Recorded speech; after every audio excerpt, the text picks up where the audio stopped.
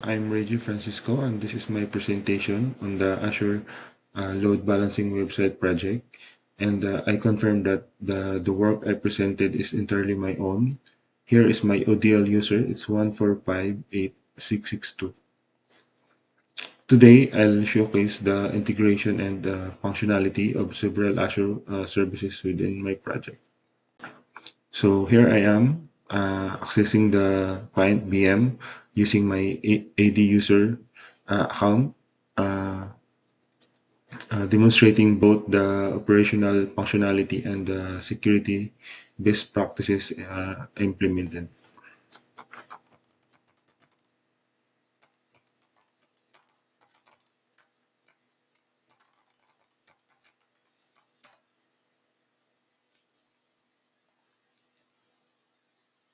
If you can see, I already logged into my client VM via Bastion using my AD user account. So moving forward, there is the load balancer that I set up. So it's called MC300LB. So here are the settings. It's the front end IP configurations, the backend tools,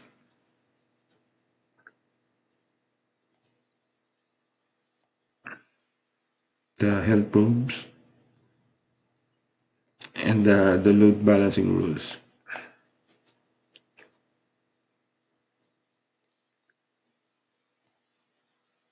So as shown here, the load balancer is configured to optimize the traffic distribution. And now I will demonstrate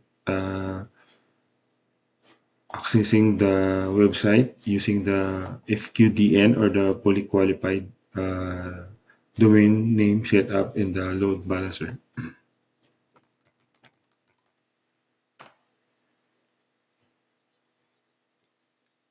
So as you can see, the web server 2 is working here, and I think by refreshing this, we'll change it to the uh, server 1 web page. So you can see the page color change from yellow to green, indicating that the load balancing between the two web server is working.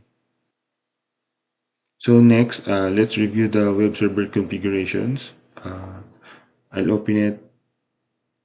I'll open the web server 1 and 2.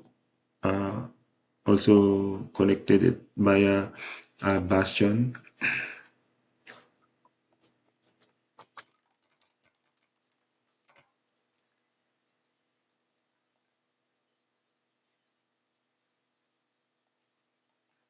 And also I will open the web page that been customized inside the web server 1.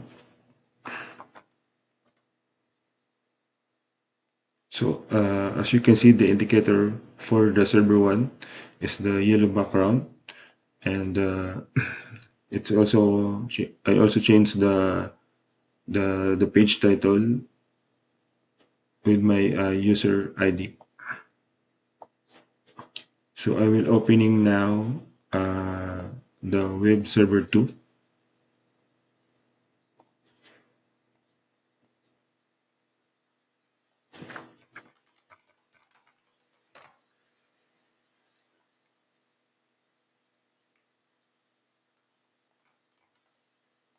And I will also access the customized web page via FQDN of the server 2. So here for the server 2, the indicator is the green background, and I also changed the page title with my Seneca user ID. Next, I will demonstrate about the virtual network peering. So I created two virtual network peering, virtual network. So it's VNet 1 and VNet 2. So let's open the VNet one and see the fairing that configured inside this. So here is the pairing that I configured to connect to the virtual to vice versa.